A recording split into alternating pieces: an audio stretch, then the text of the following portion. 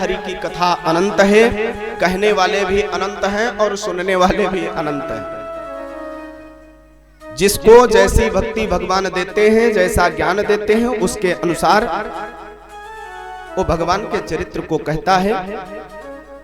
प्रेम से बोलिए राघवेंद्र सरकार की, श्री द्वारिकाधीश भगवान की, श्री राधावर कृष्ण चंद्र की।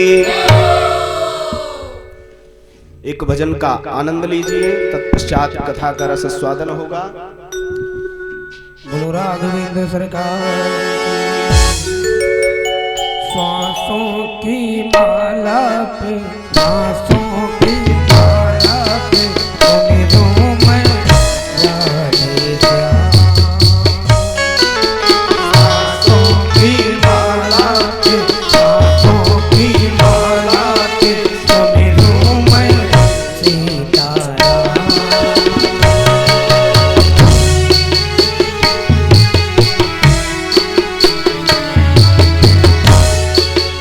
मीठी मीठी तालियों के साथ। मेरे मन की मैं जानूं तेरे मन की राम। मेरे मन की मैं जानूं तेरे मन की राम। मेरे मन की मैं जानूं तेरे मन की राम। मेरे मन की मैं जानूं तेरे मन की राम। सांसों की धुनों में राधे श्याम। सांसों की माला दोनों हाथ पकड़िए, मीठी मीठी तालियों के साथ भजन का आनंद लेते हुए गुनगुनाते रहिए।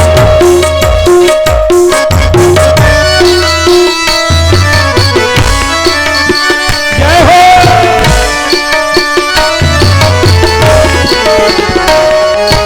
हरि बोल।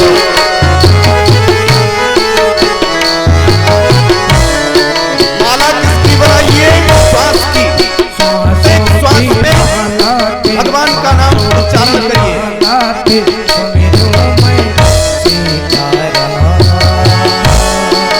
सांसों की माला पे, सांसों की माला पे, सुनो मैं राम। मेरे मन की मैं जानूं तेरे मन की राम। मेरे मन की मैं जानूं तेरे मन की राम। मेरे मन की मैं जानूं हरि तेरे मन की राम। मेरे मन की मैं जानूं तेरे मन की राम। सांसों की माला पे, सांसों की माला पे, मैं राधे श्याम सीताराम। सीताराम हरि राधे श्याम। सीताराम राधे सांसों की माला पे, सांसों की माला पे, सीताराम राधे श्याम। सीताराम राधे श्याम। सांसों की माला पे, सांसों की माला पे, उम्मीदों में सीताराम।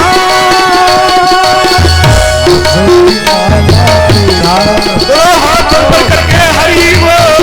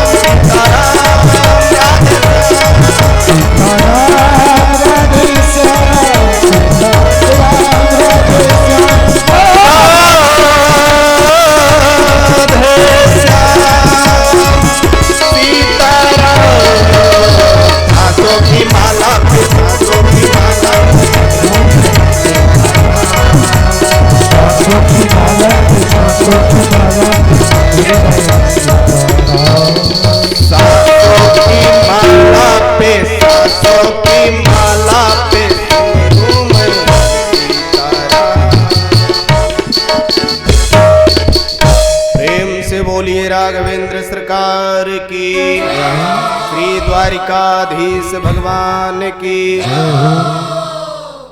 का कहे हो, जय कहे हो कि हाय कहे हो? जय कहे हो, सुनान नहीं है। हाँ, प्रेम से बोलिए भागवत भगवान की। हाँ, ये मेरे जय लगा हुआ। जय सप्ताह नमः शब्द का उच्चारण इतनी तेज से होना चाहिए कि जो भी पाप एकत्र हुए हो 6 महीने में इस ग्राम में सब भग जाएं और फिर 6 महीना तक मुड़ के न देखें, और फिर 6 महीने के बाद भगवत कृपा से कोई ना कोई खे तो आए जीवे तब तक महाराज जी फिर पधारेंगे। प्रेम से बोलिए राघवेंद्र सरकार की। श्री सुखदेव जी महाराज प्रेम पूर्वक भगवान के चरित्र का व्याख्यान कर रहे हैं। रस स्वादन राजा परीक्षित बड़े भक्ति के साथ, भाव के साथ कथामृत का पान कर रहे हैं। जितने भी ऋषिगण वहां एकत्र हुए हैं, पृथ्वी के देवता या मनुष्य या ऋषिगण राजा परीक्षित के साथ कथा का रस स्वादन कर रहे हैं। आज भगवान के दूसरे अवतार की कथा श्रवण कराते हैं। दूसरे अवतार में नारायण ने नर नारायण का रूप धारण किया और अपने भक्तों का कल्याण करते हुए अपने धराधाम को वापस जाते हैं। तीसरा अवतार नारायण का होता है कपिला अवतार, और कपिला अवतार कोई साधारण अवतार नहीं है। श्री सुखदेव जी ने जैसे कपिला अवतार की कथा प्रारंभ करना चाहा, आज राजा परीक्षित एकाग्रचित हो गए। महाराज, प्रेम पूर्वक आप मेरे ऊपर कृपा करते हुए कथा का रस स्वादन कराइए, मेरा जीवन धन्य हो रहा है। सुखदेव जी महाराज कहते हैं, राजन, तुम्हारे जैसा श्रोता होना इस धरा पर दुर्लभ है, क्योंकि तुम तो परम श्रोता हो, और परम श्रोता की श्रेणी वही है जो प्रधान हो, प्रेम के साथ कथा का रस स्वादन करे, चिंतन करे, मनन करे, जहां बैठे हरि की चर्चा करे, कथा की चर्चा करे, वही परम श्रोता होता है। और हृदय में सदैव भगवान के स्वरूप को स्थापित करके भगवान का भजन करता रहे। हे राजन, तुम्हारी श्रेणी परम श्रोता में। श्रोता 3 प्रकार के होते हैं। श्री सुखदेव जी महाराज तीनों प्रकार के श्रोताओं का व्याख्यान किया, जिसमें प्रधान श्रोता बताया जो प्रेम पूर्वक कथा को सुनता है, मनन करता है, चिंतन करता है, भजन करता है। द्वितीय श्रोता आकर के बैठ गया, कतर कतर सरौता के समान, मुख को बंद नहीं किया, ये मारा वो गिराया, वो गिराया ये मारा। हाँ, दुनिया परपंच, ये द्वितीय श्रोता हुए। तृतीय श्रोता आए, अच्छा सा स्थान देख करके शरीर को टेक दिए और पहुंचते ही सोता, आंख बंद किए। जब आरती होने लगी, शंख बजा, घंटा बजा, जयकारा लगा, आंख खुल गई, प्रसाद लिए अपने घर को गए। श्रोता भी कई प्रकार के होते हैं, फिलहाल मुझे जानकारी 3 ही प्रकार की। प्रेम से बोलिए श्री राघवेंद्र सरकार की। आज राजन प्रेम पूर्वक कथा को श्रवण कर रहे हैं। श्री सुखदेव जी महाराज प्रत्येक प्रश्नों का उत्तर देते हुए भगवान के चरित्र का गुणानुवाद कर रहे हैं। श्री सुखदेव जी ने जैसे कपिला अवतार कपिल भगवान की चर्चा की, राजन एकाग्र हो गए। महाराज, आप तो निरंतर मेरे ऊपर कृपा कर रहे हैं, मानो आपका वरद हस्त हमारे ऊपर है, और मुख से जो वाणी निकलती है उससे मेरा हृदय आनंदित हो जाता है, मेरा मन आनंदित हो जाता है। आप कृपा करके भगवान कपिल के चरित्र को मुझे श्रवण कराइए। राजन ने जब ऐसा प्रार्थना किया, महाराज कपिला अवतार की कथा प्रारंभ कर देते हैं। जुष्टम वाता दयाखिलम सत्वराशेषांसिध्यम क्षणोऽसि तव दर्शनात्रता। प्रेम पूर्वक नारायण का ध्यान करते हुए श्री सुखदेव जी महाराज राजन को कपिला अवतार की कथा श्रवण कराना प्रारंभ कर देते हैं। भगवान ब्रह्मा ने अपने पुत्र महर्षि कर्दम को सृष्टि वृद्धि के लिए आदेश दिया। उधर महर्षि कर्दम पिता की आज्ञा स्वीकार करके बिंदु सरोवर तीर्थ पहुंच जाते हैं। वहां पर कठोर तपस्या करने लगे। तपस्या जब उनका पूर्ण हुआ, आज आदेश होता है कि तुम्हें विवाह करना ही पड़ेगा। महर्षि कर्दम पिता की आज्ञा पा करके विवाह करने के लिए तैयार हो जाते हैं। विवाह किसके साथ होता है? सुकन्या देवहूति के साथ। देवहूति के साथ उनका विवाह संपन्न हुआ और तपस्या इस प्रकार किए थे कि नारायण स्वयं तपस्या में आकर के वरदान देते हैं कि मैं तुम्हारे यहाँ पुत्र रूप में अवतरित होऊंगा, जन्म लूंगा। आज भगवान ने जब ऐसा कहा, तभी जाकर के महर्षि कर्दम विवाह करने के लिए तैयार हुए। देवहूति के साथ विवाह संपन्न होता है।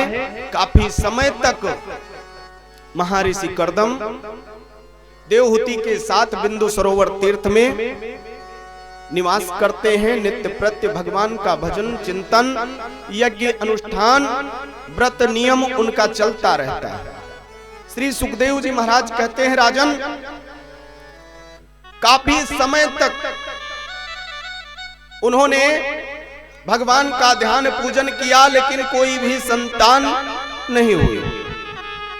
देवहूति अपने पति की सेवा में इस प्रकार तत्पर रहती हैं मानो नारायण ही हो। वैसे पति तो परमेश्वर होता ही,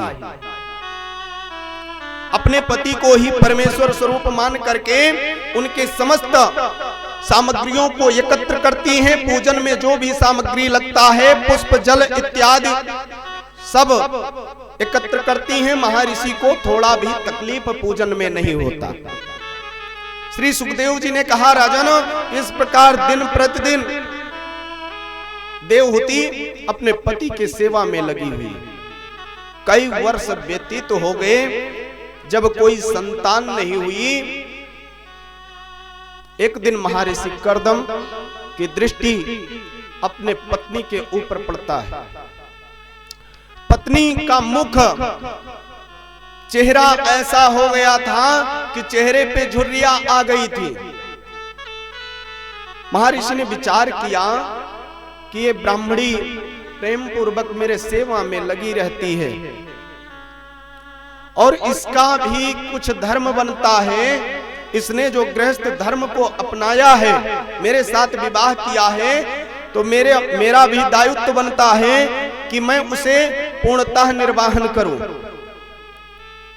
इधर देवहूति के मन में इच्छा जागृत होता है कि अब महाराज अगर मेरे ऊपर कृपा कर देते, कोई संतान हो जाती तो आनंद आ जाता। इस मंतव्य को महर्षि समझ जाते हैं। महर्षि कर्दम ने मंतव्य को समझा और एक दिव्य विमान को प्रकट कर दिया। विमान इस प्रकार मणिमणिकाओं से सुशोभित, दिव्य सुगंध, कोई भी सुख सुविधा की उस विमान में कमी नहीं। श्री सुखदेव जी ने कहा, राजन ऐसा विमान जब प्रकट हुआ, महर्षि ने अपने तप बल से देवहूति जो बूढ़ी प्रतीत होती थी, अपने तप के बल से देवहूति को दिव्य स्वरूप प्रदान करते हैं, विमान में बिठाते हैं और विमान को जैसे आदेश हुआ तुरंत आकाश मार्ग में उड़ना प्रारंभ कर दिया। काफी समय तक महर्षि कर्दम अपने पत्नी के साथ आकाश मार्ग में विहार करते रहे। कई वर्ष व्यतीत होता है, समय अनुसार 1, 2, 3 नहीं 9 कन्याओं को देवहूति ने जन्म दिया। आज महर्षि कर्दम देवहूति को लेकर के विमान वापस लाते हैं। बिंदु सरोवर तीर्थ तट पर जैसे विमान उतरता है, भगवत की कृपा से 1 नहीं 2 नहीं 3 नहीं 4 नहीं 9 कन्याएं, और जिसके घर में 9 कन्या उत्पन्न हो जाए तो देवियों का स्वरूप भी 9 ही है। प्रधान स्वरूप जो है ना, प्रथमम शैलपुत्री, द्वितीयम ब्रह्मचारिणी, तृतीयम चंद घंटेति कुसुमांडेति, चतुर्थकम पंचमम स्कंदमातेति, खट्टम कात्यायनीति च, सप्तमम कालरात्रिति, महागौरीति चाष्टमम नवम सिद्धदात्री। 9 दुर्गा प्रकीर्तिता, ये 9 देवियां हैं। मानो स्वयं साक्षात देवियों का कृपा प्राप्त हुआ हो महर्षि कर्दम के यहाँ। पुत्रियां बड़ी होने लगी। समय अनुसार महर्षि पुनः यज्ञ तप में लग जाते हैं। काफी समय व्यतीत होता है। एक दिन देवहूति ने महर्षि से प्रार्थना किया, महात्मन, हे पतिदेव, आप तो कहते थे कि मैंने तप किया है और तप में नारायण प्रसन्न होकर के कहे हैं कि मैं तुम्हारा पुत्र बनकर आऊंगा। ये 9 कन्याएं हैं, ये एक ना एक दिन ब्याही जाएंगी, सब ससुराल चली जाएंगी, और जब घर में कोई बालक या बालिका नहीं होगी तो अच्छा नहीं होगा। और जब भगवान ने इस प्रकार वरदान दिया है तो भगवान अवश्य आएंगे। मंतव्य को कर्दम जी समझ जाते हैं। पुनः पहले की भांति विमान प्रकट होता है और देवहूति को लेकर के महर्षि कर्दम आकाश मार्ग में जाते हैं, विहार करते हैं। आज भगवान का असीम कृपा होता है। भगवान आज देवहूति के गर्भ में प्रविष्ट करते हैं। प्रविष्ट होते ही बिंदु सरोवर की प्रभा ऐसे बढ़ने लगी जैसे मानो करोड़ों सूर्य की प्रभा छटा वहां पहुंच चुकी हो। जो पुष्प, जिस वृक्ष में कभी पुष्प नहीं आते थे, वो वृक्ष भी पुष्प और फल से सुशोभित हो रहा है। और क्यों ना हो, जहां भगवान जन्म लेने वाले हों, भगवान प्रागट्य लेने वाले हों, उस स्थान का छटा दिव्यता का वर्णन देवता आदि करते हैं, ऋषिगण करते हैं। आज महर्षि कर्दम अपने उस विमान को धरा पर उतारते हैं। देवहूति के गर्भ में भगवान आ जाते। समय अनुसार समय व्यतीत तो हो रहा था। आज देवहूति के गर्भ से भगवान नारायण का जन्म होता है। प्रेम से बोलिए श्री लक्ष्मी नारायण भगवान की। समय व्यतीत हो रहा था, महर्षि कर्दम आनंदित हो गए। क्यों ना हो, जिसके घर में भगवान बालक के रूप में आवे और फिर बाल स्वरूप को देख करके तो मानो जीवन ही धन्य हो जाएगा। हम लोग खाली लड्डू गोपाल का दर्शन करते हैं तो मानो जीवन धन्य हो जाता है। अगर साक्षात भगवान बाल रूप को धारण करके अगर घर में आ जाएं तो कौन नहीं आनंदित होगा। वह जीव का सौभाग्य मानो नारायण के हाथों से लिखा जाता है, जिसके यहाँ भगवान किसी ना किसी रूप में अवतरित होते हैं। श्री सुखदेव जी महाराज कहते हैं, राजन, भगवान का जब जन्म हुआ, महर्षि आनंदित हो रहे थे। समय व्यतीत हो रहा था, दिन प्रतिदिन उनके आनंद का पारावार नहीं रहता। उधर जो 9 कन्याएं थी विवाह योग्य हो जाती हैं। सप्तऋषियों को बुलाया जाता है, एक एक करके समस्त कन्याओं का विवाह संपन्न होता है। इधर महर्षि के मन में इच्छा जागृत हुआ कि मैं अपने बालक का नामकरण संस्कार करूं। नामकरण संस्कार होता है वैदिक पद्धति के साथ। उस बालक का नाम कपिल रखा जाता है। प्रेम से बोलिए कपिल भगवान की, श्री लक्ष्मी नारायण भगवान की, श्री भागवत भगवान की। आज भगवान का जब कपिल नाम रखा गया, भगवान मन ही मन आनंदित हैं कि आज मेरा जन्म धरा पर हुआ है। भगवान मानो ऋषि के ऊपर इस प्रकार कृपा कर रहे हैं कि सुखदेव जी महाराज कहते हैं, राजन, असीम कृपा जब भगवान को अपने भक्तों पर करना होता है तो इसी प्रकार लीला को दर्शाने के लिए अवतरित होते हैं। समय व्यतीत हो रहा था। महर्षि कर्दम प्रेम पूर्वक अपने बालक को, अपने पुत्र को स्वयं बैठ करके विद्या अध्ययन कराते, यज्ञोपवीत संस्कार होता है और समय व्यतीत कर रहे हैं। नाना प्रकार के उपदेश को देते हुए, ज्ञान को देते हुए महर्षि कपिल भगवान को इस प्रकार ज्ञानी बना देते हैं कि एक दिन कपिल भगवान अपने माता के पास बैठे हुए थे। माता को तो पता ही था कि ये कोई दूसरा नहीं, स्वयं साक्षात नारायण मेरे गर्भ से अवतरित हुए हैं।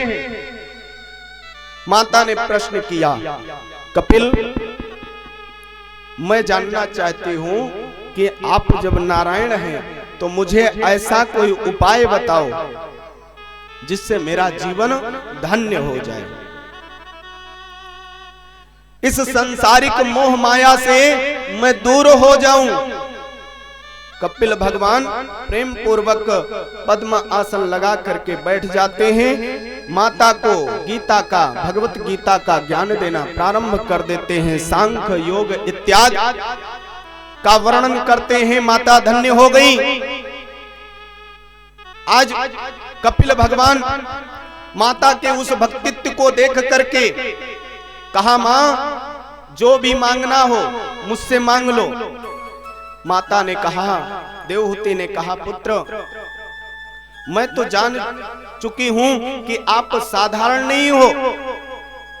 जो भी आपसे अभिलाषा लेकर के जो भी मैं प्रकट करूंगी उसे आप परिपूर्ण कर दोगे, लेकिन मुझे बस जन्म जन्मांतर तक आपकी ही भक्ति चाहिए, क्योंकि आप मेरे यहाँ पुत्र रूप में तो अवतरित हुए हैं, लेकिन मैं जानती हूं कि आप साक्षात नारायण ही हैं। आज कपिल भगवान ने कहा, मां, वैसे तो मैं आपको अपना धाम दे दिया, एक वरदान मैं अवश्य देता हूं कि इस धरा पर जो आकर के और अपने माता के ऋण को जो उऋण करना चाहता है, उस ऋण से उऋण होना चाहता है, वो जब तक बिंदु सरोवर आकर के मृत माताओं के लिए पिंडदान नहीं करेगा, तब तक मातृ ऋण से उऋण नहीं होगा। ऐसा वरदान भगवान कपिल ने अपने माता देवहूति को दिया। आज भी भक्तगण वहां पहुंचते हैं और प्रेम पूर्वक अपने मृत माताओं के लिए वहां पिंडदान करते हैं। गया में तो पितरों का श्राद्ध किया ही जाता है, लेकिन जब तक मातृ गया, और बिंदु सरोवर को मातृ गया भी कहा गया है, जब तक मातृ गया में माताओं के लिए, मृत माताओं के लिए पिंडदान जब तक पुत्र नहीं करता तब तक माता के ऋण से ऊर्ण नहीं। वैसे तो मां से कोई ऊर्ण नहीं हो सकता। अरे मां मां होती है। मां ने जितना दुख सहन करके अपने पुत्र को उत्पन्न किया है, ये सिर्फ मां ही बता सकती है।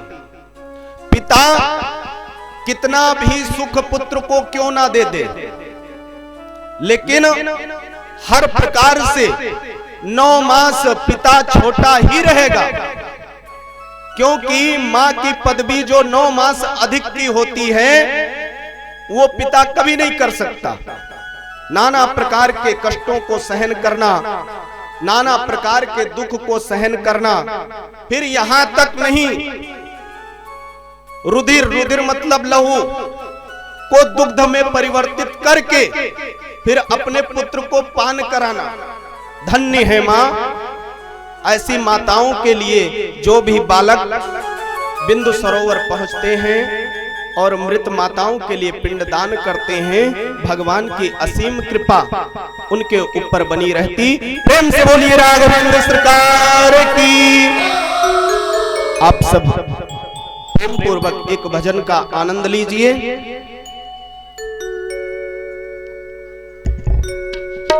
चली जा रही है उम्र धीरे धीरे,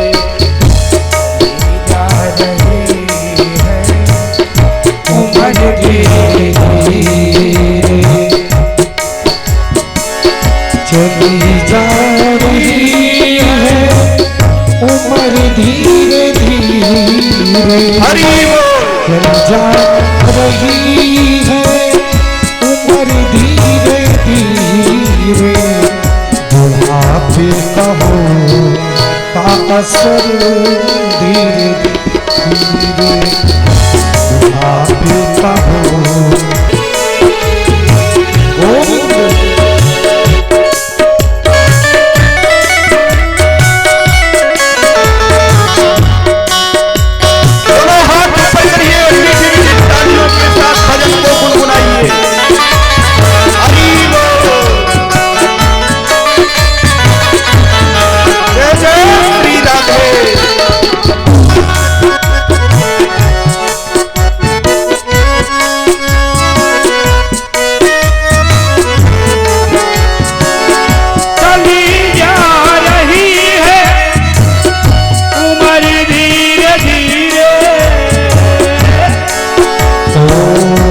बचपन भी छूटा, बचपन भी छूटा,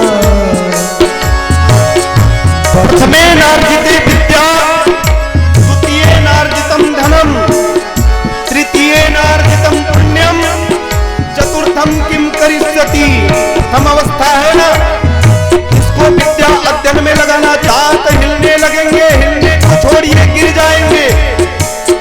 आप पृथ्वी पर शुद्ध खड़े भी नहीं हो सकते, तब आप क्या करोगे? कुछ नहीं कर सकते। इसलिए इसको अनर्गल मत दबाइए।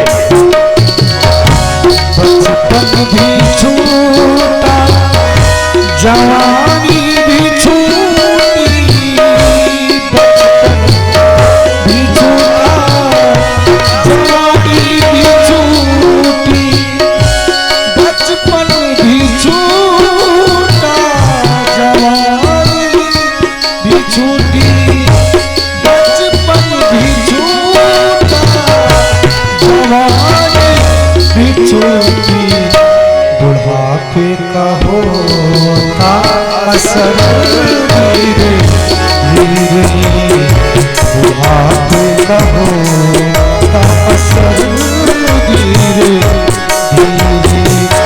बुढ़ापे का होता असर धीरे धीरे, बुढ़ापे का होता असर धीरे धीरे, चली जा रही है उम्र धीरे धीरे। गोविंद